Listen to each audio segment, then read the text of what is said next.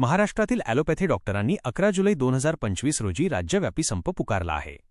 महाराष्ट्र सरकार आणि medical काउन्सिलने BAMS-CCMP डॉक्टरांना ॲलोपॅथी डॉक्टरांच्या नोंदणीमध्ये समाविष्ट करण्याच्या निर्णयाविरोधात हा संप आहे.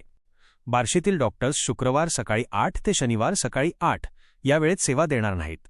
इंडियन मेडिकल असोसिएशन, बार्शीने या संदर्भात बार्शीचे नायब तहसीलदार श्री सुभाष बदे यांना निवेदन दिले आहे.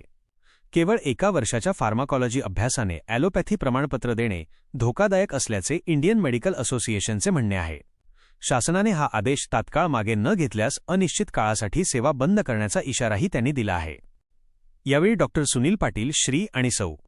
विलास देशमुख, संजय अंधारे, तरंग शहा, लक्ष्मीकांत काबरा, मौला शेख, प्रशांत मोहिरे, सुधीर बकरे, मिलिंद पाटील, श्री आणि सौ. विक्रांत शहा, श्री आणि सौ. तांबारे, श्वेतल सोमाणी यासह अनेक डॉक्टर्स उपस्थित होते. डॉक्टर सुनील पाटील यांनी सांगितले की या बंद काळात केवळ आपत्कालीन रुग्णांवर उपचार केले जातील.